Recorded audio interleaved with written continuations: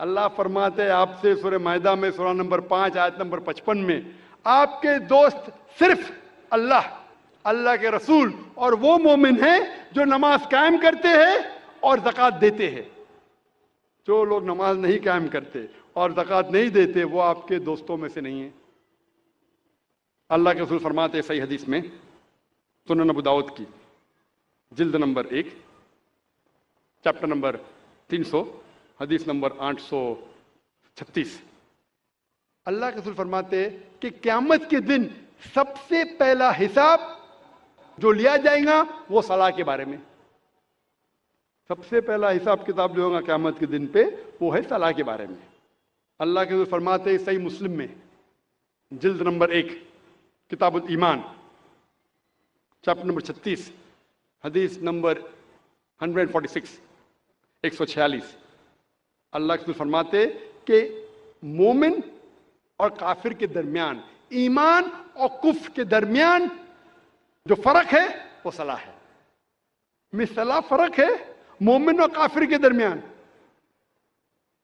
یہ پیغام پھر سے دہرایا گیا ہے صحیح حدیث میں، سنن ابو داؤد جلد نمبر 3 کتاب السنہ چیپٹر نمبر 1691 حدیث نمبر 4661 4661، جہاں اللہ کے رسول فرماتے کہ کافر اور مومن کے درمیان فرق ہے صلاح۔ اس کا مطلب وہ کہ اللہ کے رسول کہہ رہے ہیں جو انسان صلاح نہیں قائم کرتا، نماز نہیں پڑھتا، وہ کافر جیسا ہے۔ اور اللہ تعالیٰ فرماتے سورہ مدثر میں،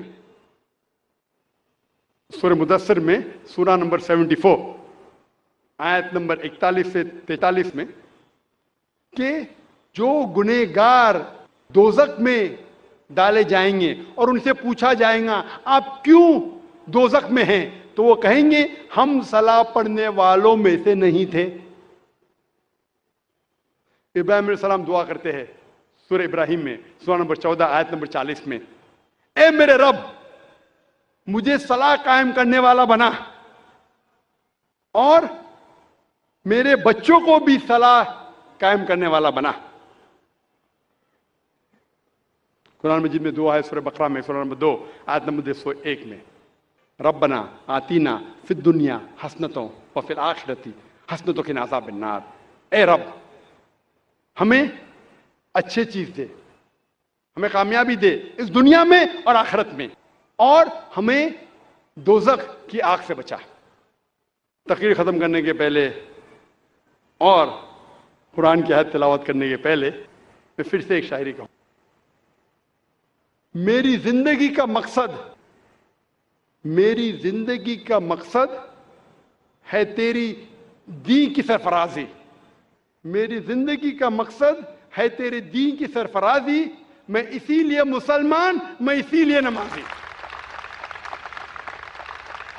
لیکن پھر بھی اس آیت کے مقابلے میں شاعری پھیکی ہے۔ اللہ تعالیٰ فرماتے ہیں سورہ انعام میں سورہ نمبر 6 آیت نمبر 162 اور 163 میں، کل ان صلاتی و نسکی و محیای و مماتی للہ رب العالمین وبذالک امرت وانا اول المسلمین، کہو کہ میری صلاح، میری قربانی، میری زندگی، میری موت صرف اللہ کے لیے ہے اور اس کا کوئی شریک نہیں، اور میں ان میں سے ہوں جو سب سے پہلے اللہ کو سجدہ کرتا ہوں اور کہتا ہوں کہ میں مسلم ہوں۔ وآخر دعوانا الحمدللہ رب العالمین۔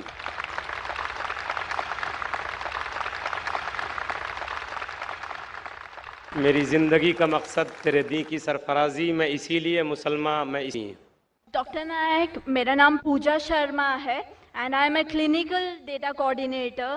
آئی ووڈ لائک ٹو تھینک کہ آج مجھے یہ اپرچونیٹی ملی کہ میں آپ کو تھینک یو بول سکوں۔ میں آپ کو پچھلے 1-1.5 سالوں سے فالو کر رہی ہوں، اور میرے اندر جو مسلم اور اسلام کے لیے کچھ غلط فہمیاں تھی شاید وہ کلیئر ہو گئی ہیں۔ اینڈ جیسے آپ نے کہا، آپ نے قرآن کی کئی آیتوں کے بارے میں کہا، میں سوچتی ہوں کہ گیتا ہو، قرآن ہو، بائبل ہو، کوئی بھی ہو، سب میں ایک ہی بات کامن لکھی ہے کہ آپ اپنے فرض کرتے جاؤ، جھوٹ مت بولو، किसी की अनजान हत्या मत करो।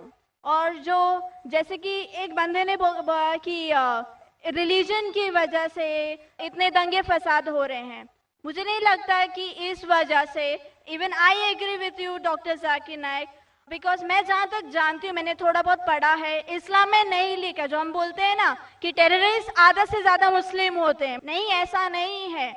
इस्लाम में लिखा है कि जब आप किसी की बेवजह हत्या करते हो कि तो आप शायद मुस्लिम नहीं हो। ये इस्लाम में नहीं लिखा है कि आप किसी की हत्या करो बीइंग अ मुस्लिम, आप किसी की हत्या करो या बीइंग अ हिंदू किसी की आप हत्या करो। So I would like to thank you doctor Zakir Naik की बहुत सारी कन्फ्यूजन्स थी जो काफ़ी दूर हो गई हैं। Thank you. जज़ाकल्लाह। बहन ने कहा कि वो तकरीबन 1.5 साल से मैं तकरीर सुन रही है और उन्हें यकीन हो गया है कि अल्हम्दुलिल्लाह इस्लाम एक सही मज़हब है और नफ़रत नहीं सिखाता, किसी का बिना वजह कत्ल नहीं करना सिखाता है। और इंशाअल्लाह मैं दुआ करूँगा अल्लाह सुब्हानहू तआला से बहन कि आप इंशाअल्लाह कुरान मजीद का तर्जुमा पढ़िए, ये इंशाअल्लाह आपको आपके रब के और करीब ले आएगा इंशाअल्लाह। और मैं दुआ करता हूँ कि अल्लाह ताला आपको हिदायत दे।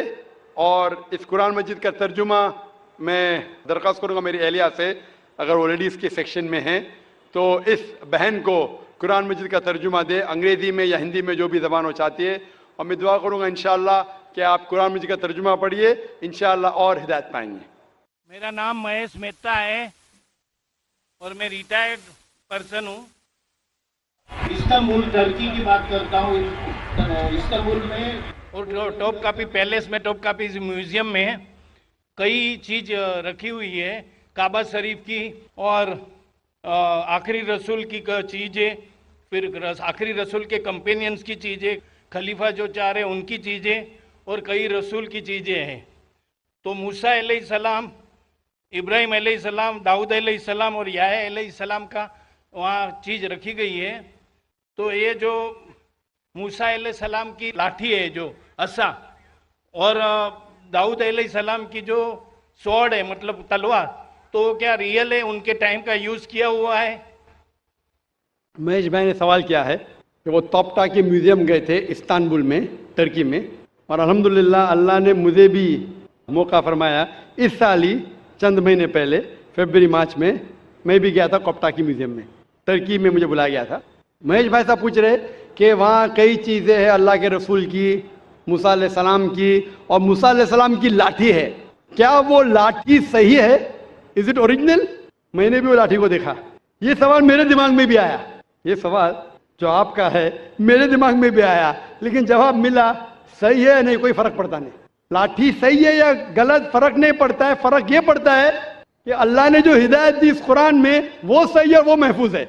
वो लाठी से दीन जरा भी बदलेगा नहीं, हिस्टोरिकल वैल्यू हो सकती है, उसमें कई चीजें हैं, जैसा आपने कहा खुलफा राशिदीन के, हजरत अबू बकर, हजरत उमर रज़ियल्लाहु अन्हु, उनके कई चीजें, लेकिन इससे हमें कोई फर्क नहीं पड़ता। हिस्टोरिकल वैल्यू शायद जानने के लिए क्या करने पड़ेगा, क्योंकि मैं भी माशाल्लाह एक मेडिकल डॉक्टर हूँ, साइंस के तालिब इल्म हूँ, आपको करने पड़ेगा कार्बन डेटिंग। कार्बन डेटिंग एक टेक्नोलॉजी है C14, वो कार्बन डेटिंग से हमको पता चल सकता है कि वो चीज़ है वो कितनी पुरानी है। तो अगर हम कार्बन डेटिंग करते हैं उस लाठी पे और फिर पता लगता है कि वो हज़ारों साल पुरानी है, मूसा अलैहिस्सलाम कितने हज़ार साल पहले हमें पता ही नहीं, कुरान में इसका जिक्र है। बाइबल के जरिए पता चलता है कि वो तकरीबन 1400 साल ईसा अलैहिस्सलाम के पहले आए, ईसा अलैहिस्सलाम तकरीबन 2000 साल पहले आए, तो बाइबल के मुताबिक मूसा अलैहिस्सलाम 3400 साल पहले आए, लेकिन कुरान में इसका जिक्र ने कौन से दौर में है। और अगर बाइबल का हवाला लेंगे तो साइंटिफिकली मैच होती ही नहीं, कभी फ्लड आया कभी इजिप्ट, अनसाइंटिफिक। तो आपको पहले कार्बन डेटिंग करने पड़ेगा उस लाठी पे, इन लोग इजाजत देंगे क्या नहीं मुझे पता नहीं। उस कार्बन डेटिंग करने के बाद आपको पता चलेगा कितने साल, लेकिन मुझे अभी भी नहीं पता एग्जैक्टली कितने साल पहले मूसा अलैहिस्सलाम आए। लेकिन एज ए हिस्टोरिकल रिकॉर्ड कोई करना चाहता कर सकता है, लेकिन मुझे एज ए मुस्लिम मेरे ईमान में कोई फर्क नहीं पड़ता है। मूसा अलैहिस्सलाम का जो जिक्र कुरान मजीद में वो सही है, और जो हिदायत जो मूसा अलैहिस्सलाम के जरिए में मिली, अल्लाह ताला जो देता है मूसा अलैहिस्सलाम के जरिए, वो मुझे पता है, उसके ऊपर अमल करना चाहिए। वो लाठी सही है क्या नहीं है, वो खुलफा राशिदीन की चीज़ें सही है क्या नहीं है, हमें कोई फर्क नहीं पड़ता है और फर्क नहीं पड़ना चाहिए। ہمیں دیکھنا چاہیے ان کا پیغام کیا ہے اور ان کے پیغام کے عمل کرنا چاہیے. Hope the answer the question. Mic number 2 میں جو بھائی ہیں سوال کیجیے. My name is Rohit Gandhi. I am second year engineering of VXTC. I want to ask that is Salah is important that much that can we leave our colleges and lectures? It's possible that we have lectures and classes all the time. So we should leave that. Or my second question is the Sunni and that Shia are not joining that in Salah. So what should be done with them? How we can improve them? Rohit بھائی نے 2 سوال پوچھا ہے. سوال کا جواب دینے سے پہلے میں یہ درخواست کرنا چاہوں گا میرے غیر مسلمان بھائیوں اور بہنوں سے, آپ کے پاس اگر کوئی بھی سوال ہے جو پوچھنا چاہتے ہیں, چاہے اسلام کے تعلق ہو یا دیگر مذاہب کے تعلق ہو, ہندوازم کے بارے میں یا کرسچینٹی کے بارے میں, عیسائیت کے بارے میں, آپ بنا جھجک یہاں پوچھ سکتے. ہم کھلی آزادی دیتے ہیں ہمارے غیر مسلمان بھائیوں اور بہنوں کو کہ آپ جو بھی سوال پوچھنا چاہتے ہیں اسلام کے متعلق, یہ آپ کا سنہری موقع ہے. ایسا موقع ہمیشہ نہیں آتا. اکثر مذہبی لیکچر تقریر کے بعد کھلا سیشن نہیں ہوتا ہے جہاں آپ کوئی بھی سوال پوچھ سکتے, چاہے اسلام کے بارے میں ہو, ہندوازم کے بارے میں ہو, کرسچینٹی کے بارے میں ہو, جوڈائزم کے بارے میں ہو. آپ اگر میرے بات سے متفق نہیں ہیں پھر بھی آپ بول سکتے کہ ذاکر میں اس بات سے متفق نہیں ہوں, اور آپ پوچھ سکتے. کوشش کروں گا کہ جو بھی تھوڑا بہت علم مجھے ہے میں کوشش کروں گا آپ کی غلط فہمی دور کروں. میں نے سوال پوچھا کہ ہمارے کالج میں لیکچرز ہوتے ہیں اور کیا ہم صلاح پڑھنے کے لیے لیکچر کو ترک کر سکتے ہیں, لیکچر کو چھوڑ سکتے ہیں. اور روہت بھائی نے کہا کہ وہ سیکنڈ ایئر انجینئرنگ میں ہے. میں آپ سے کہنا چاہتا ہوں کہ 20 سال پہلے میں بھی کالج میں تھا, 20 سال پہلے میں بھی کالج میں تھا, میں بھی اس دور سے گزرا. الحمدللہ ثم الحمدللہ کالج میں الحمدللہ نماز میں پڑھتا تھا. کالج میں جب آپ جاتے ہیں بریک ہوتی ہے, اور کالج کا ٹائمنگ کیا ہوتا ہے, ادھر 7 سے 1 تک ہوتا ہے, یا ہو سکتا ہے 8 سے لے کے 4 تک کے, جو بھی ٹائم ہے. لنچ بریک تو ملتا ہے. جب آپ کو لنچ بریک ملتا ہے اس بریک میں آپ لنچ کے ساتھ نماز بھی پڑھ سکتے, صلاح بھی پڑھ سکتے.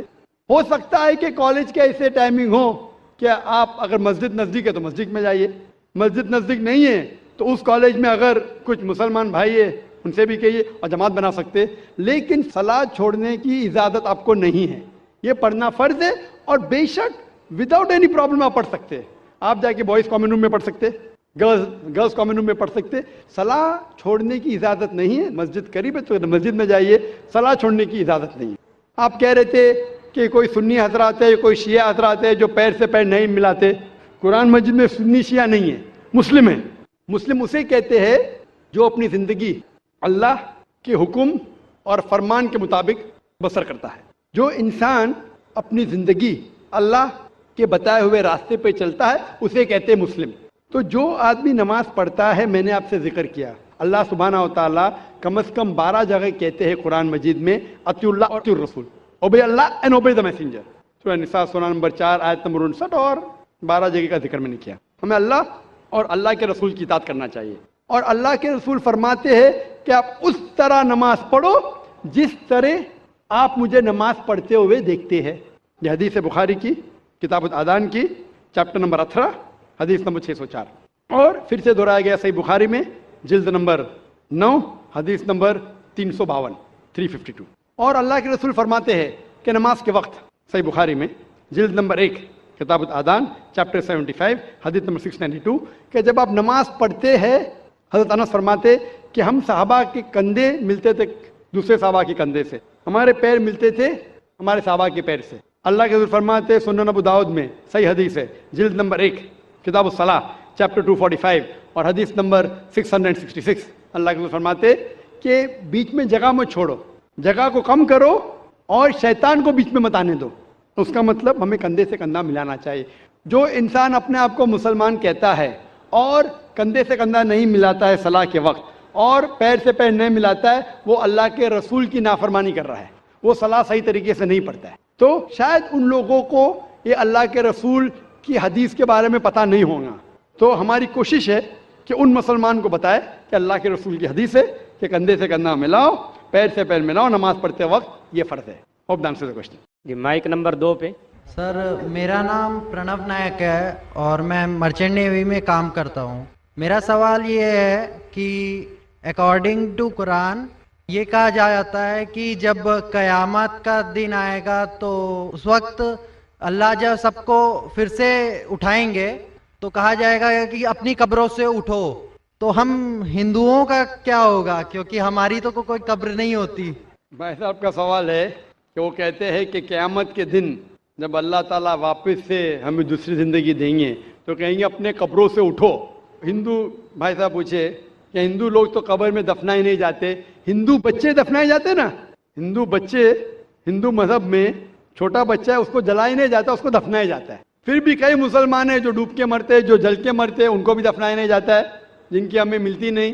یہ جب اللہ تعالیٰ کہیں گے کہ پھر سے ہم زندگی دیں گے، ضرور نہیں کہ آپ قبر میں سے لے آ جائیں گے، جو بھی انسان مر چکا ہے اس کے نئی زندگی دی جائیں گے۔ قرآن مجید میں اللہ تعالیٰ فرماتا ہے کہ اللہ اس میں جان ڈالیں گے، پھر موت دیں گے، پھر سے جان ڈالیں گے۔ تو اللہ جان ڈالیں گا، چاہے وہ قبر میں ہے، چاہے جلایا گیا ہے، چاہے ڈوب گیا ہے، جو بھی حالت میں ہے اللہ اس انسان میں پھر سے جان ڈالیں گے۔ اور اللہ تعالیٰ کو جان ڈالنا بہت آسان ہے، چاہے آپ دفنائے گئے ہیں یا چاہے جلا دیے گئے۔ اللہ تعالیٰ فرماتے جب غیر مسلم کے اعتراض کرتے اللہ سے اور اللہ سے پوچھتے ہیں کہ جب آپ دفنائے جائیں گے اور قیامت کے روز جب انسان اٹھائے جائیں گے تو اللہ تعالیٰ ان کو ہڈیاں کو کیسے جوڑیں گا؟ جیسے آپ پوچھ رہے ہیں نا، اللہ تعالیٰ جو قبر میں ان کو اٹھائیں گا، ہم قبر تو نہیں گئے، تو لوگ پوچھتے ہیں، قرآن مجید میں اس کا ذکر ہے سورہ قیام میں سورہ نمبر 75 آیت نمبر 3-4 میں کہ اللہ تعالیٰ ہڈیاں کو کیسے جوڑیں گا؟ تو اللہ تعالیٰ فرماتے ہیں اللہ ہڈیاں کو ہی نہیں جوڑ سکتا ہے، آپ کے انگلیوں کے پور پور کو جوڑ سکتا ہے، انگلیوں کے پور پور۔ آپ سوچتے ہیں اللہ تعالیٰ کیوں کہتا ہے کیا انگلیوں کے پور پور کو جوڑ سکتا ہے؟ آج کی سائنس یہ کہتی ہے، سر فرانسس گالٹن ایک سائنٹسٹ ہے جو سن 1880 میں ایک ڈسکوری کیے کہ فنگر پرنٹنگ میتھڈ کہ دو انسان کروڑوں لوگوں میں بھی ان کے فنگر پرنٹ یکساں نہیں ہو سکتے۔ تو اللہ تعالیٰ فرماتے ہڈیوں کو تو چھوڑو، میں آپ کے انگلیوں کے پور پور کو اکٹھا کر سکتا ہوں اور ہو بہو ویسے پیدا کر سکتا ہوں۔ تو اللہ کے لیے پھر سے جان ڈالنا بہت آسان ہے، چاہے وہ انسان دفنایا گیا ہے یا جلایا دیا گیا ہے یا ڈوب کے مرا ہے۔ اللہ کو پھر سے جان ڈالنے میں، چاہے وہ مسلمان مرا یا ہندو مرا یا عیسائی مرا، اللہ کو جان ڈالنے میں بہت آسان ہے، کن فیکن، اور پھر سے ہمیں نئی زندگی دی جائیں گی اور پھر حساب کتاب کیا جائے گا۔ اور حساب کتاب میں اگر آپ اللہ کے احکامات پہ عمل کیے تو انشاءاللہ آپ جنت میں جائیں گے، اس دنیا کے امتحان میں سفلتا پائیں گے۔ لیکن اگر ان کے احکامات پہ آپ نے نہیں چلے، ان کے مطابق نئی زندگی بسر کرے تو آپ اس زندگی میں سفلتا نہیں پائیں گے۔ Hope the answer the question. Mic number 3 سے میں کوئی غیر مسلم بھائی ہوں۔ بیکسن جارج، اور میں اسٹوڈنٹ ہے۔ سر ایکچولی یہ ریلیجن ہونا ہی نہیں چاہیے میرے خیال سے، تو یہاں تو بہت سارا وار ہوتا ہے، آپ نے بولا بردرہڈ ہوتا ہے، تو ایکچولی یہ ریلیجن نہیں رہے گا تو یہ بردرہڈ ڈیفینیٹلی رہے گا، ہیومینٹی رہے گا، نہیں تو وار بھی نہیں رہے گا۔ تو ریلیجن ہونا ہی نہیں چاہیے کانسیپٹ، ریلیجن کیوں ہوتا ہے؟ کیا آپ ہیلپ کریں گے اس کے لیے؟ بھائی صاحب کا سوال ہے کہ ریلیجن ہونا ہی نہیں چاہیے، یہ مذہب ہونا ہی نہیں چاہیے، یہ مذہب کی وجہ سے وار ہوتا ہے، جھگڑا ہوتا ہے، آپ کہتے ہیں بھائی چارہ بڑھتا ہے، وار ہوتا ہے، صرف ہیومینٹی ہونا چاہیے۔ بھائی صاحب نام کے بیکسن جارج۔ کون سے مائکروفون پہ ہاتھ اوپر کریں گے؟ جارج بولیے سر۔ پیچھے والے مائکروفون۔ جارج بھائی صاحب سے پوچھوں گا، یہ کہتے کہ مذہب ہونے کی وجہ سے لڑائی ہو رہی، بھائی صاحب کیا میں آپ سے لڑ رہا ہوں؟ بھائی صاحب کیا میں آپ سے جھگڑ رہا ہوں؟ ہاں کہ نہیں؟ نہیں سر۔ آپ سمجھتے میں مذہبی ہوں؟ ہاں سر۔ ہوں نا؟ تو میں کیا آپ سے لڑ رہا ہوں؟ جو صحیح مذہب کو جانتا ہے، سچا مسلمان ہے، وہ عام طور پہ جھگڑا نہیں کرے گا، کیونکہ قرآن مجید کی آیت ہے سورہ مائدہ کی سورہ نمبر 5 آیت نمبر 32 میں لکھا ہے کہ اگر کوئی بھی مسلمان، چاہے مسلم ہو یا غیر مسلم ہو، اگر کسی کا قتل کرتا ہے، چاہے مسلم یا غیر مسلم کا، بنا کوئی وجہ کے، قتل کے بدلے قتل، یا اگر اس نے اس زمین پہ if he has caused corruption in the land، ان دو وجہ کے علاوہ اگر کوئی انسان دوسرے انسان کا قتل کرتا ہے، گویا کہ ایسے ہے کہ سارے انسانیت کا قتل کر رہا ہے۔ میں آپ کو ایک مثال دوں گا، جب میں نے لیکچر دیا تھا ٹیررزم مسلم مونوپولی، تو اکثر جیسا ہمارا سیشن ہوتا ہے کہ غیر مسلم کو پہلے چانس دیا جاتا ہے، تو جب میں کہہ رہا تھا اسلام کے بارے میں، اسلام کی کیا رائے ہے دہشت گردی کے بارے میں، جہاد کے بارے میں، تقریر کے دوران میں مثال دے رہا تھا کہ مسلمان ٹیررسٹ نہیں ہوتے اکثر، اور اسلام مذہب ٹیررزم کے خلاف ہے، دہشت کے خلاف ہے۔ سوال جواب کے موقع پہ ایک ہندو نے مجھ سے سوال پوچھا کہ ذاکر بھائی، جو گجرات میں ہوا، جو مسلمانوں کے ساتھ جو غلط ہوا، جو مسلمان عورت کے ساتھ بلاತ್ಕಾರ ہوا، اگر میں ہوتا तो मैं भी हिंदुओं को यहाँ चुन चुन के मारता था। तो जो मुसलमान हिंदू को, अगर ट्रेन ब्लास्ट में कोई हिंदू मरा और मुसलमान ने किया तो मेरे नजदीक सही है। ये हिंदू मुझसे कह रहा है कि मेरा जज्बा भी, अगर कोई मेरी बहन का बलात्कार करे तो मेरा जज्बा भी जागेगा और मैं बंबई में हिंदू का कत्ल करूंगा। कौन कह रहा है? हिंदू मुझसे कह रहा है। तो मैं उसको जवाब देता हूं, भाई साहब आप बिल्कुल सही कहते हैं। आम इंसान यही सोचेगा, आम इंसान यही सोचेगा, और आप आम इंसान जैसे सोच रहे हैं और सब पब्लिक में तालियां बज रही थी। लेकिन मैं आम इंसान नहीं हूं, मैं मुसलमान हूं। मेरा मजहब, मेरा कुरान, मेरा रब मुझे इजाजत नहीं देता है, अगर कोई हिंदू ने किसी मुसलमान का कत्ल किया है या कोई औरत का बलात्कार किया है, मैं वही मजहब के इंसान को बंबई में उसका कत्ल नहीं कर सकता हूं। ये इजाजत ही नहीं है। अगर मैं शायद मुसलमान नहीं होता तो मैं कहता था हाँ वो हिंदू से आप सही कह रहे हैं। मेरा मजहब मुझे इजाजत देता ही नहीं। ये आपकी इंसानियत है जो कह रही है। मुसलमान होने के लिए इंसान होना फर्ज है, लेकिन इस्लाम इंसानियत से ऊंचा है। क्योंकि मैं मुस्लिम हूं, कितना भी जज्बा मुझ में होगा, लेकिन मैं मेरे रब, मेरे खालिक, मेरे अल्लाह सुब्हानहू व तआला के हुक्म के खिलाफ नहीं जा सकता। जो शख्स ने कोई मुस्लिम औरत का बलात्कार किया उसको पकड़ो और उसको पुलिस के हवाले करो, पकड़ के सजा दो, लेकिन दूसरे इंसान को वही मजहब के अगर मैं कत्ल करूंगा, ये बिल्कुल इस्लाम के खिलाफ है। आप सोचिए, हिंदू के रिश्तेदार सोचने लगेंगे ना ये कैसा मुसलमान, कैसा इस्लाम मजहब है। मेरे भाई ने क्या गलती किया था कि उसका कत्ल हुआ? मजहब नहीं सिखाता आपस में बैर रखना। हिंदी है, वतन है, हिंदुस्तान हमारा। आप जो कह रहे इंसानियत का सबक जो कह रहे हैं आप, इंसानियत अच्छी चीज है, लेकिन इस्लाम इंसानियत से ऊपर है। इस्लाम इंसानियत से और ऊंचा है। और जब आप मजहब सीखेंगे तो कई चीज जो इंसान जज्बे से करता है जो गलत है, अगर आप सच्चे मजहबी है तो ये गलत नहीं कहेंगे, ये गलत काम कभी भी नहीं कहेंगे। जो लोग मजहब के नाम पे गलत काम करते हैं उनको दोषी ठहराइए, मैं आपके साथ हूं। लेकिन कहना कि मजहब के वजह से ये दंगे फसाद होते हैं और जंग होती है, बिल्कुल गलत।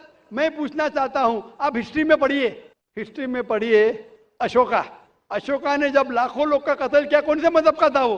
कौन से मजहब का था? उसका मजहब ही नहीं था। जितने लोग अक्सर कत्ल करते वो नाम के लिए होंगे, क्रिश्चियन या बुद्धिस्ट या कोई मुस्लिम होगा, लेकिन वो मजहब को फॉलो ही नहीं करते। आप तारीख में देखिए, आप तारीख अगर देखेंगे, मैं पूछना चाहता हूं कि जितने कत्ल आज हो रहे हैं, जितने कत्ल आप देखते हैं कि ये कत्ल क्यों हो रहे? अमेरिका अफगानिस्तान पे हमला क्यों किया? क्यों किया? मजहब के लिए। क्यों किया? दुनिया जानती है, ओपन सीक्रेट, तेल के लिए। इराक में घुसी क्यों? मजहब के लिए। करोड़ों का कत्ल किया, क्यों किया? मजहब के लिए। मजहब के नाम पे मुसलमानों को बदनाम किया जा रहा है। ये मजहब ही है। अगर सच्चा मजहब है, सही मजहब है, तो कभी भी नहीं सिखाता कि इंसानों में झगड़ा करना। अगर वो कुछ गलत काम कर रहा है, अगर गलत काम कर रहा है, जो शख्स गलती कर रहा है उसे पकड़ो, उसको सजा दो, मैं बिल्कुल उनके साथ हूं। लेकिन आम इंसानों में झगड़ा करना, फसाद पैदा करना इस्लाम कभी भी नहीं सिखाता। ये इस्लामी मजहब है।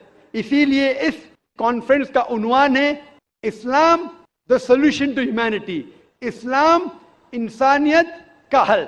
तो जो भी मुश्किलात इंसानियत में हैं आज की तारीख में, इसका हल सिर्फ इस्लाम में ही मिलेगा। आप मुझे बताओ, कुरान की कौन सी आयत कहती है कि बिना वजह किसी इंसान का कत्ल करना चाहिए? आप कुरान का हवाला दो, मैं आपकी बात को मान लूंगा। आप सिर्फ मीडिया के जरिए जो मीडिया गलतफहमी फैला रही है इस्लाम के खिलाफ, उसकी बुनियाद पे कहने लगेंगे कि मजहब के वजह से ये दंगे फसाद होते हैं या मजहब के वजह से लोग कत्ल करें एक दूसरे का। ये बिल्कुल बेबुनियाद है। मैं पूछूंगा, कुल हाथु बुरहानुकुम इन कुंतुम सादिकीन, आप अपना सबूत पेश करो अगर आप सच्चे हो। Hope that answers the question. मजहब नहीं सिखाता आपस में बैर रखना, हिंदी है, हम वतन है, हिंदुस्तान हमारा, बिल्कुल सही है। मजहब ये नहीं सिखाता कि आपस में दुश्मनी और नफरत हो। माइक नंबर 4 में खातून के शोबे में कोई नॉन मुस्लिम खातून हो, सवाल कर सकती है। जज़ाकल्लाह। Thank you. माइक नंबर 2 में कोई गैर मुस्लिम भाई? जी हाँ। मेरा नाम आनंद करवा है। मैं बाई प्रोफेशन सीए हूँ। मैं डॉक्टर जाकिर साहब को दुबई से जानता हूँ। वहाँ पे मेरा एक मुस्लिम फ्रेंड था, اس نے آپ کے بارے میں مجھے بتایا تھا. میں آپ کا شکریہ ادا کرنا چاہتا ہوں کہ آپ نے اسلام کے بارے میں بہت ساری برانتیوں کو دور کیا ہے. میری مسلمانوں کے بارے میں جو اچھی باتیں ہیں وہ یہ ہے کہ مسلمان لوگ زیادہ تر جھوٹ نہیں بولتے ہیں, کسی کو دھوکہ نہیں دیتے ہیں, دوسرے کا پیسہ بھی نہیں کھاتے ہیں. لیکن مجھے ایک بات مسلمانوں سے کہنی ہے کہ وہ لوگ گائے کا ماंس کیوں کھاتے ہیں. आनंद भाई ने सवाल किया.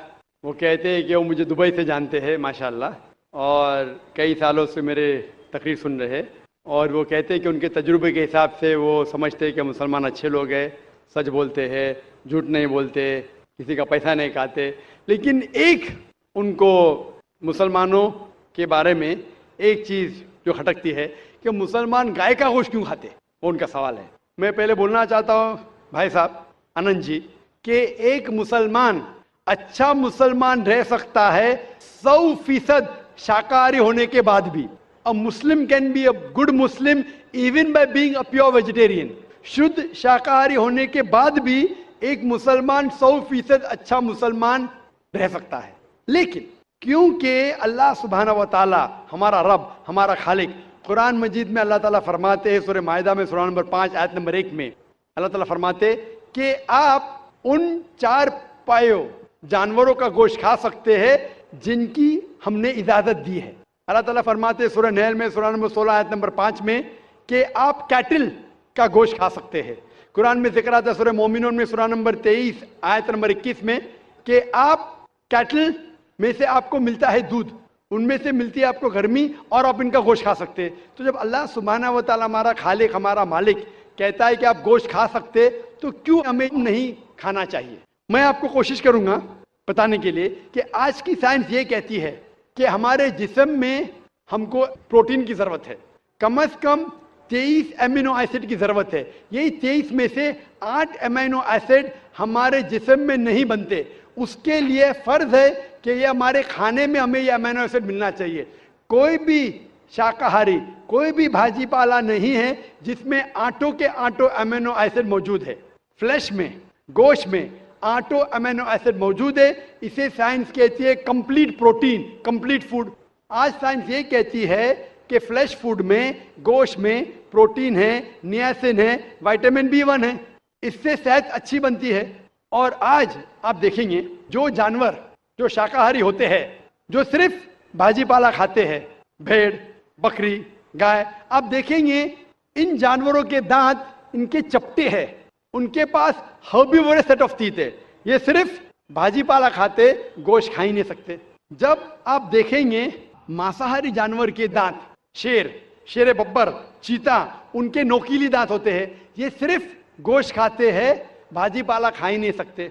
जब आप अपने दांत आईने में देखेंगे तो भगवान ने, ईश्वर ने, हमारे खालिक ने हमें दोनों दांत दिया है, चपटे दांत भी दिया है और नोकीले दांत भी दिया है. अगर हमारा ईश्वर चाहता था कि हम सिर्फ भाजी पाला खाए तो ये नोकीले दांत क्यों दिया? गोश्त खाने के लिए. आज की साइंस कहती है कि जो डाइजेस्टिव सिस्टम है हर्बीवोरस एनिमल का, गाय, भेड़, बकरी के, वो सिर्फ भाजी पाला डाइजेस्ट कर सकते, गोश्त को डाइजेस्ट कर ही नहीं सकते. जो डाइजेस्टिव सिस्टम कार्निवोरस एनिमल का है, चीता, शेर बब्बर, ये सिर्फ गोश्त डाइजेस्ट कर सकते, भाजी पाला नहीं. लेकिन हम इंसानों को अल्लाह ताला ने, हमारे ईश्वर ने स्मॉल इंटेस्टाइन भी दिया है, बिग इंटेस्टाइन भी दिया है. हम भाजी पाला भी डाइजेस्ट कर सकते, गोश्त भी डाइजेस्ट कर सकते. अगर हमारा ईश्वर चाहता था कि हम सिर्फ भाजी पाला खाए तो हमें ये डाइजेस्टिव सिस्टम क्यों दिया जो गोश्त को भी डाइजेस्ट कर सकता है? तो साइंटिफिकली हमारा जिस्म हमारे ईश्वर ने ऐसा बनाया है कि हम भाजी पाला भी खा सकते हैं, गोश्त भी खा सकते हैं. और बहुत लोग को गलत फहमी है कि हिंदू मजहब में गोश्त खाने की ममानियत है. भाई आप हिंदू है ना? आपके नाम से लगता है आप हिंदू है. हिंदू है ना सर? जी हिंदू ही है. आप हिंदू है ना? हाँ बिल्कुल सही, आपके नाम से लग रहा है आनंद आपका नाम है, आप हिंदू है. आपको गलत फहमी होंगी कि हिंदू मजहब में गोश्त खाना हराम है. आप जब हिंदू मजहबी किताब पढ़ते हैं, आपकी मजहबी किताब में लिखा है कि गोश्त भी खा सकते हैं, मांस भी खा सकते हैं और बीफ भी खा सकते हैं, गाय का गोश्त भी खा सकते हैं। आप जब पढ़ेंगे मनुस्मृति चैप्टर नंबर 5 अध्याय नंबर 5 श्लोका नंबर 30 में लिखा है कि अगर खाने वाले जानवर, अगर खाने वाले मखलूक उस चीज को खाती है जो खाने वाले जानवर है, तो आप कोई गुनाह नहीं कर रहे, क्योंकि ईश्वर ने कुछ मखलूक को बनाया है खाने के लिए और कुछ मखलूक को खा जाने के लिए, some to eat and some to be eaten. तो अगर आप खाने वाले जानवर खाते हैं तो गुनाह नहीं कर रहे। लिखा है मनुस्मृति में अध्याय नंबर 5 श्लोका नंबर 31 में कि अगर आप पूजा के लिए जानवर को कत्ल करते हैं तो कोई गुनाह नहीं करते।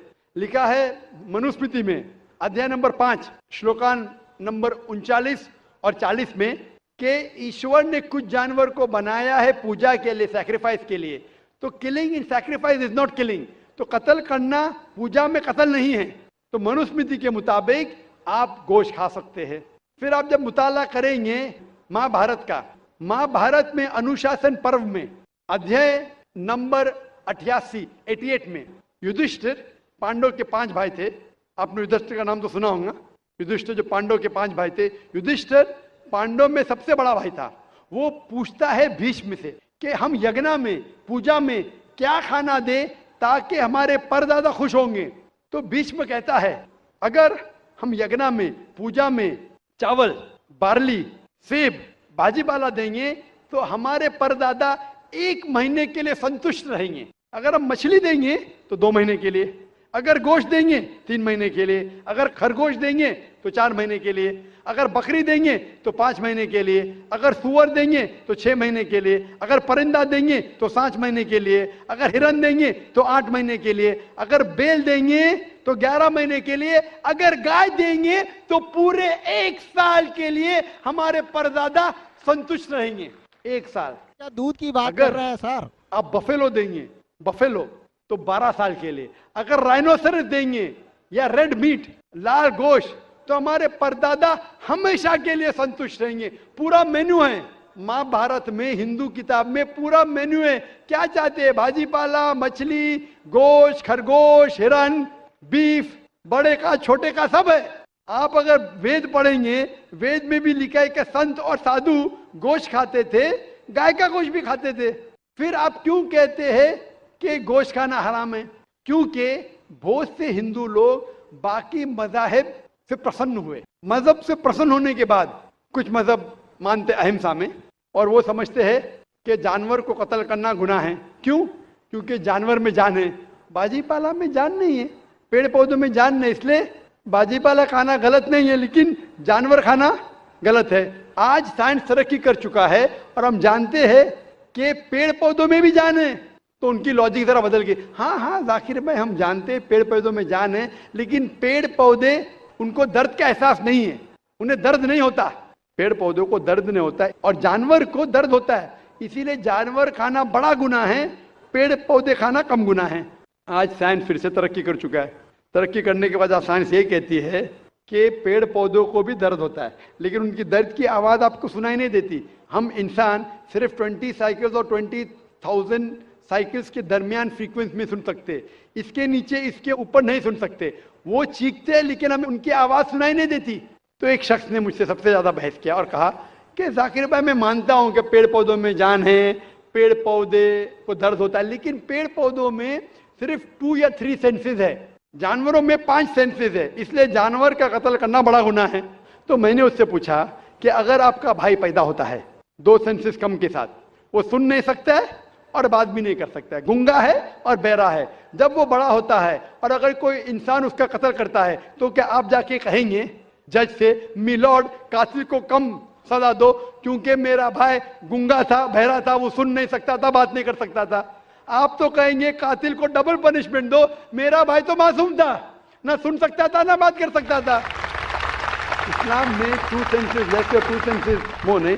इस्लाम में अल्लाह ताला फरमाते सूरह बकरा में सूरह नंबर 2 आयत नंबर 168 में 168 में, eat of the good things which Allah has provided you, जो अच्छी चीज आपको आपके अल्लाह ने दी है उसको आप खा सकते हैं।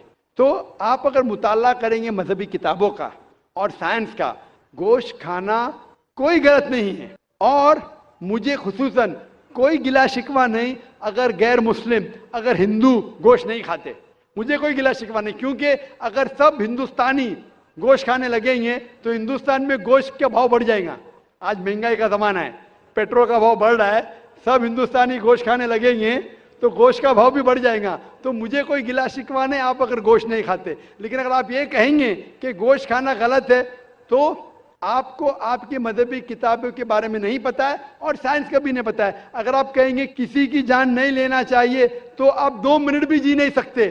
ہم جو سانس لے رہے ہیں یہ جرمز ہے، جرمز میں بھی جان ہے، آپ سانس لینے سے ان کا قتل کر رہے تو آپ جی نہیں سکیں گے. اسلام میں یہ ہے کہ جو چیز کی اجازت ہے وہ آپ کھا سکتے، جو حرام ہے اس کو نہیں کھانا چاہیے. Hope that answers the question. Mic number 3 میں اگر کوئی نہیں ہوں تو ہم مائک نمبر 4 میں ہمارا انتظار کر رہی ہیں خاتون، ہم ان کو موقع دیں گے. میں بیجناتھ گپتا جی بول رہا ہوں، اور میرا کہنا ہے کہ اللہ اگر جرے جرے میں ہے تو دیکھا جا سکتا ہے کیا؟ بھائی صاحب نے کہا کہ اگر اللہ ہر جگہ ہر ذرے ذرے میں موجود ہے تو کیا دیکھا جا سکتا ہے؟ یہ ہندو فلسفی ہے کہ اللہ ہر ذرے ذرے میں موجود ہے. قرآن کے مطابق اللہ کی طاقت، اللہ کا علم سب جگہ موجود ہے. اللہ لیکن عرش پہ بیٹھے ہیں. تو یہ کہنا اللہ سب جگہ موجود ہے یہ اسلام کی تعلیم میں نہیں ہے، یہ ہندو کی تعلیم میں ہے. کیا آپ اللہ کو دیکھ سکتے؟ نہیں. انسان اس دنیا میں، اس زندگی میں اللہ کو دیکھ ہی نہیں سکتے. اور اس کی مثال پیش ہے قرآن مجید میں. جب موسیٰ علیہ السلام اللہ سبحانہ وتعالیٰ فرماتے کیا میں آپ کو دیکھ سکتا ہوں، تو اللہ تعالیٰ کہتے ان سے کہ اس پہاڑ کو دیکھو، میں میری جھلک اس پہاڑ کو دکھاؤں گا اور اب دیکھو کیا ہوتا ہے. تو اس پہاڑ کو جب اللہ تعالیٰ صرف جھلک دکھاتے ہیں تو موسیٰ علیہ السلام اس پہاڑ کو دیکھ کے بے ہوش ہو جاتے. اللہ کو تو دیکھا نہیں، انہوں نے صرف پہاڑ کو دیکھ کے بے ہوش ہو جاتے ہیں. تو انسان اس زندگی میں اللہ سبحانہ وتعالیٰ کو نہیں دیکھ سکتا. انشاءاللہ اگلے زندگی میں، انشاءاللہ جب ہم جنت میں جائیں گے وہاں انشاءاللہ ہم اللہ کا وجہ دیکھیں گے. یہ کئی حدیث میں اس کا ذکر ہے کہ ہم اللہ کا چہرہ دیکھیں گے. اسی لیے ہم کوشش کرتے ہیں کہ اللہ کے احکامات پہ عمل کریں، اس دنیا کے امتحان میں سفلتا پائے. انشاءاللہ جنت میں جائیں گے اور وہاں اللہ کا وجہ دیکھیں گے، اللہ کا چہرہ دیکھیں گے. Hope that answers the question. جی مائک نمبر 4 میں جو خاتون ہے سوال کر سکتی ہیں. میرا نام رامیشوری شاہو ہے. میرے لڑکے نے اسلام دھرم اپنایا ہے. ہم ہندو دھرم کو مانتے ہیں، تو بچے لوگ کون سا دھرم مانیں گے؟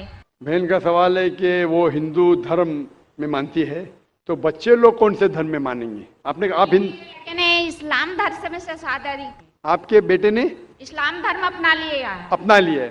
تو آپ کا سوال کیا ہے ابھی؟ تو بچے لوگ کون سا دھرم مانیں گے؟ آپ نے کہا کہ آپ کے بیٹے نے اسلام دھرم قبول کر چکا ہے، تو کون سے بچے؟ اس کے بچے یا آپ کے بچے؟ میرے بچے، اس کے بچے. آپ نے کہا کہ آپ کے بیٹے نے اسلام دھرم قبول کر چکا ہے تو مسلم ہو گیا ہے، شادی کر لی ہے، اسلام دھرم قبول کر چکا ہے. اس کے بچے کیا دھرم مانیں گے؟ سب سے پہلے میں یہ آپ سے کہنا چاہتا ہوں کہ اللہ کے رسول فرماتے ہیں کہ ہر بچہ جب پیدا ہوتا ہے وہ دین الفطر میں پیدا ہوتا ہے. ہر بچہ چاہے وہ ہندو کے گھر میں پیدا ہو یا عیسائی کے گھر میں یا یہودی کے گھر میں، جب بچہ پیدا ہوتا ہے وہ دین الفطر میں پیدا ہوتا ہے، مطلب وہ مسلم جیسا پیدا ہوتا ہے. مسلم کے معنی جیسے میں نے کہا ہے، مسلم کے معنی اپنی زندگی اللہ کے احکام کے مطابق بسر کرنا. تو جب بچہ پیدا ہوتا ہے اس کی ساری خواہش اللہ کے مطابق ہے. تو ہر بچہ جب پیدا ہوتا ہے، چاہے مسلمان کے گھر میں پیدا ہو، چاہے ہندو کے گھر میں پیدا ہو، چاہے عیسائی کے گھر میں پیدا ہو، چاہے یہود کے گھر میں پیدا ہو، وہ پیدا ہوتا ہے مسلم جیسا، وہ مسلم ہوتا ہے. اس کے بعد اللہ کے رسول فرماتے کہ اپنے والدین کے ذریعے، اپنے ٹیچر کے ذریعے، اپنے دوستوں کے ذریعے ہو سکتا ہے وہ شرک کرنے لگے، وہ آگ کی عبادت کرنے لگے، اس وقت وہ غیر مسلم ہوتا ہے.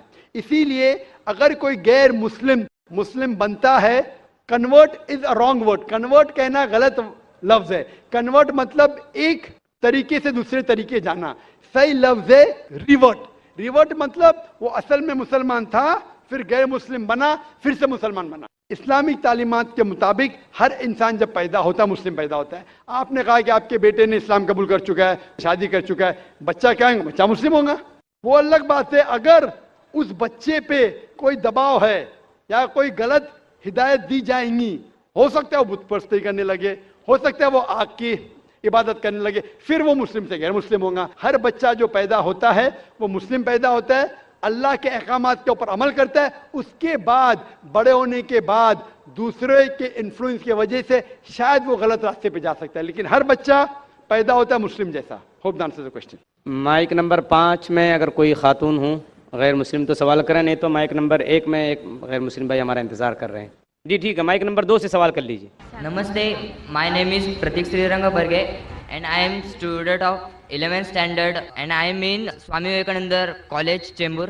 First of all, I would like to say this is my first time to attend this type of event and I am glad to say मुझे सर जी का जो स्पीच था वो बहुत अच्छा लगा और मेरे मन में इस्लाम धर्म के बारे में जो गलत फहमियाँ थी वो एक चुटकी में ख़त्म हो गई। और मेरा पहला सवाल सर जी से ये है कि भगवान और अल्लाह एक ही है, और मेरा दूसरा सवाल ये है कि अगर पहले एक सवाल का जवाब ये कर लीजिए फिर इंशाल्लाह दूसरा सवाल करें। भाई साहब ने कहा कि वो पहली बार ऐसे मजमे में मौजूद है और बहुत खुश है, एक चुटकी में उसके सारे गलत फहमियाँ इस्लाम की दूर हो गई। अल्हम्दुलिल्लाह, अल्लाह ताला आपको हिदायत दे। और उसका सवाल है कि क्या भगवान और अल्लाह एक ही है? इस सवाल के दो रुख हो सकते हैं, दो रुख। आप कॉमर किधर लगाते वो इंपॉर्टेंट है। अल्लाह और भगवान एक है? हाँ एक है, एक ही है, दो तो नहीं है। अगर कहेंगे कि अल्लाह और भगवान यकसा है तो सवाल दूसरा रुख ले लेता है। इसका जवाब अगर आप पूछना चाहते हैं कि अल्लाह और भगवान एक है तो बेशक एक है। अगर आप पूछना चाहते हैं जो अल्लाह और भगवान, जो हिंदू लोग जो भगवान में मानते हैं और मुसलमान जो अल्लाह में मानते वो एक है, तो मेरा जवाब इसमें ये कि अगर आप सही तरीके से हिंदू धर्म की किताबों का मुताला करेंगे और सही तरीके से इस्लाम धर्म की किताब का मुताला करेंगे तो दोनों यकसा है, वही है। लेकिन अगर जो मजहब के धर्म अधिकारी है उनकी बात सुनेंगे जो किताबों के हवाले से दूर है, किताब के पैगाम से दूर है, तो हो सकता है आपको गलत राय मिलेंगी। जैसे मैंने फरमाया था मेरे तकरीर में कि कुरान में लिखा है सूरह इखलास में सूरह नंबर 112 आयत नंबर 1 में कुल हुवल्लाहु अहद, कहो कि अल्लाह एक है। उसी तरीके से आप जब हिंदू मजहब की किताब का मुताला करते हैं, आप पढ़ते हैं, उसमें लिखा है छंदोग्य उपनिषद में अध्याय number 6 section number 2 shloka number 1 में लिखा है एकम एविदित्यम, भगवान एक है, ईश्वर एक है, दूसरा नहीं है। लिखा है श्वेता उपनिषद में चैप्टर नंबर 6 श्लोका नंबर 9 में नाचस्य कसिज जनिता न चदीपा, उस भगवान के कोई वालिदैन नहीं है, कोई रब नहीं है, भगवान का कोई माँ नहीं है, कोई वालिद नहीं है, कोई सुपीरियर नहीं है। लिखा है श्वेता उपनिषद में चैप्टर नंबर 4 श्लोका नंबर 19 में नात्यस्य प्रतिमा अस्ति, उस ईश्वर की कोई प्रतिमा नहीं। प्रतिमा का मतलब है अक्स, painting, picture, portrait, statue, idol. उस भगवान की कोई प्रतिमा नहीं, कोई पिक्चर नहीं, कोई पेंटिंग नहीं, कोई अक्स नहीं, कोई फोटोग्राफ नहीं, कोई आइडल नहीं, कोई स्टैच्यू नहीं।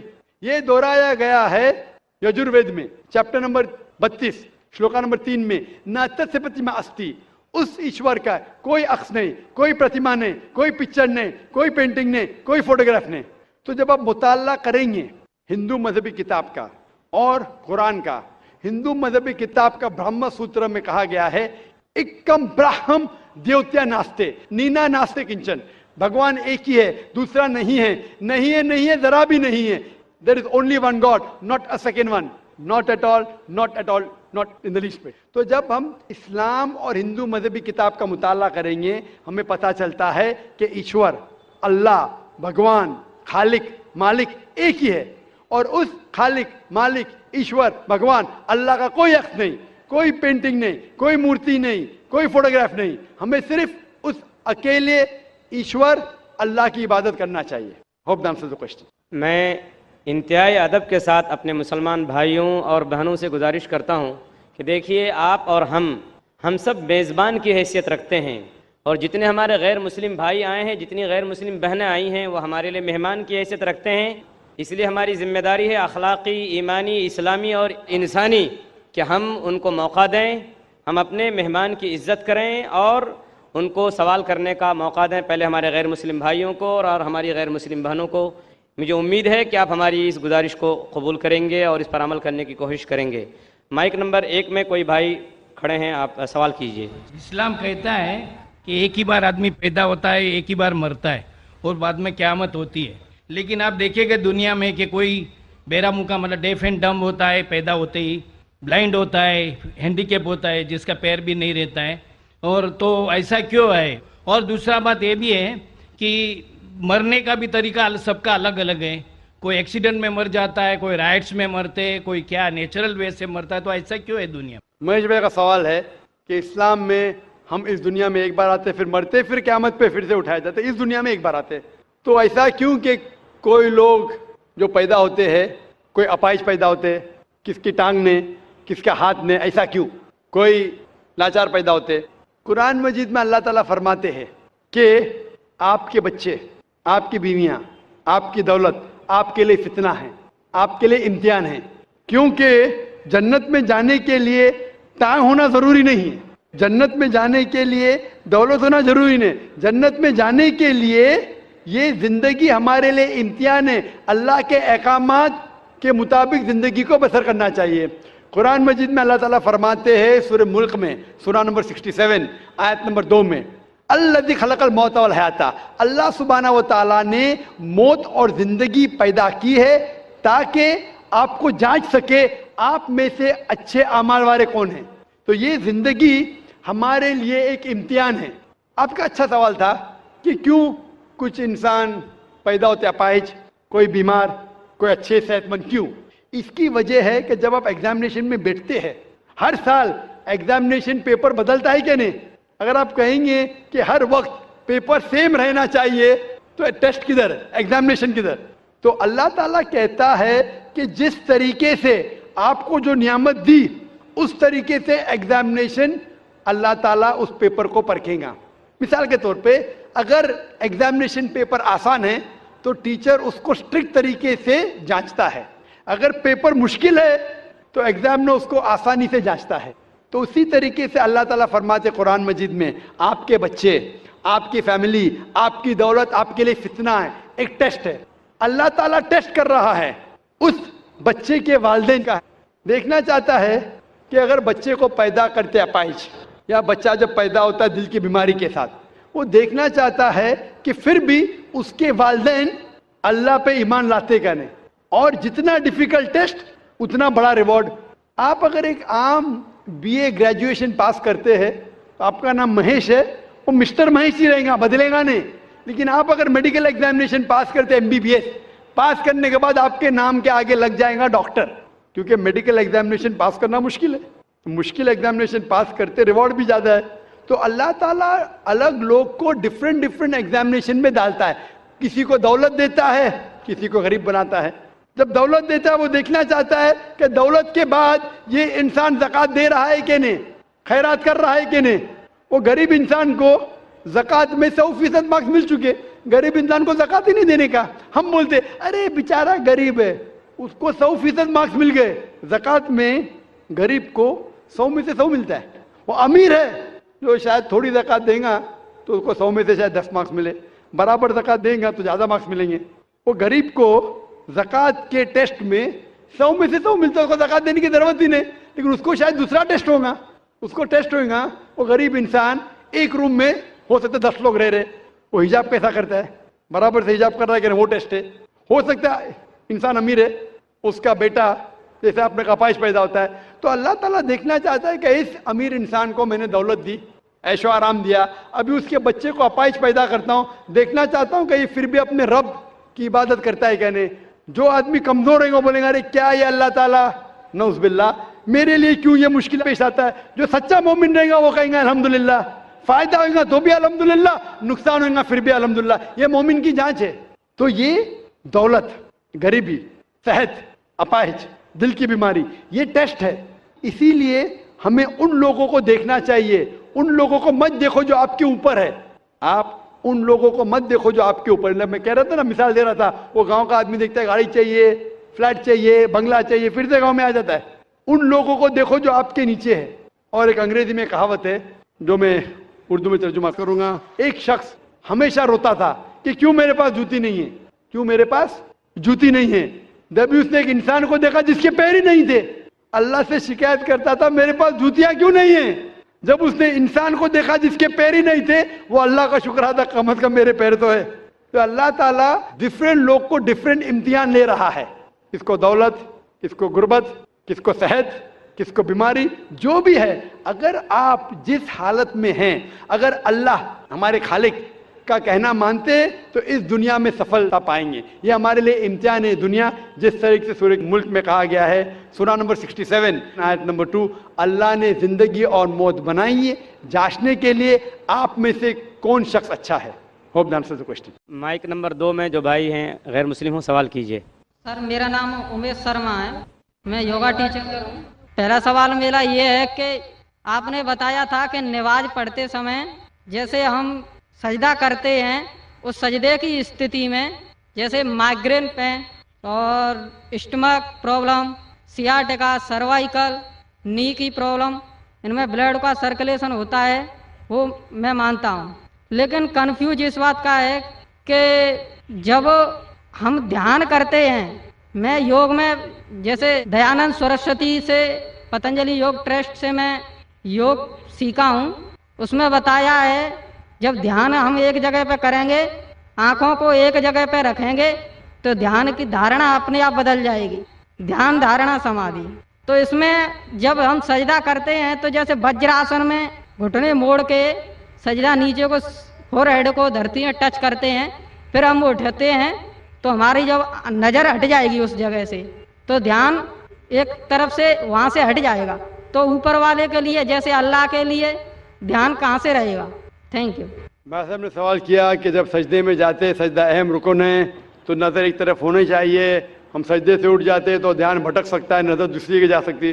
یہ آپ جو بول رہے دیانند سرسوتی کے بارے میں کہ نظر ایک جگہ ہونا چاہیے, وہ صحیح ہے غلط الگ بات ہے, لیکن ہمارے رسول, ہمارے پیغمبر محمد صلی اللہ علیہ وسلم نے کہا جب آپ نماز پڑھتے ہیں آپ کی نظر ہمیشہ آپ سجدہ کرتے وہاں ہونا چاہیے. تو جب آپ قیام میں ہیں, رکوع میں ہیں, سجدہ میں, آپ کی نظر ادھر ہی ہے, جہاں آپ کی جگہ سجدے کی ہے وہاں ہی نظر آپ کی ہونا چاہیے. قیام میں جب کھڑے ہیں, جب رکوع میں جاتے پھر بھی نظر وہاں رہتی ہے, سجدہ میں جاتے پھر بھی وہاں رہتی ہے, اتحیات میں بھی رہتی, نظر ایک ہی جگہ رہتی ہے. لیکن صرف نظر سے کام نہیں چلتا, نظر کے علاوہ ہمارا دھیان, ہمارا ذہن, جو ہم اللہ, ہمارے ایشور, ہمارے مالک, ہمارے خالق کے پیغام کے اوپر دھیان دے رہے, اس کے اوپر عمل کر رہے, تو ہمیں ہدایت ملیں گی. اور جو یہ نماز کا طریقہ ہے, آپ ہندو مذہب کی کتاب میں پڑھیں گے, اس میں کہا گیا ہے سشٹانک. سشٹانک مطلب جسم کے 8 انگوں پہ. سشٹانک جو ہندو مذہب میں کرتے ہیں, جسے عام زبان میں کہا ڈنڈ نمسکار بھی کہتے ہیں, لیکن سشٹانک مطلب صحیح مطلب ہے کہ 8 انگ آپ کے جسم کے لگے ہوتے ہیں زمین پہ. 8, ماتھا, ناک, 2 ہاتھ, 2 گھٹنے اور 2 پیر, 8. ہمارے حدیث میں آتا ہے 7, ناک اور ماتھے کو ایک لیتے, 2 ہاتھ, 2 پیر, لیکن ہو بہو وہی ہے. تو جو سجدہ جو اہم صلاح کا رکن ہے وہ ہندو مذہب میں بھی ہے. آپ جب جائیں گے کرسچن بائبل میں, کرسچن بائبل میں لکھا ہے کہ جتنے پیغمبر اللہ کے آئے وہ سارے پیغمبر نے سجدہ کیا. آپ اگر پڑھیں گے book of Genesis chapter number 17 verse number 3 میں لکھا ہے کہ ابراہیم علیہ السلام منہ کے بل گرے. لکھا ہے بک آف نمبرز میں چیپٹر نمبر 20 ورس نمبر 6 میں کیا موسیٰ علیہ السلام اور ہارون علیہ السلام منہ کے بل گرے. لکھا ہے بک آف جوشوا میں چیپٹر نمبر 5 ورس نمبر 14 میں کہ جوشوا نے اپنے منہ کے بل گرے اور عبادت کی.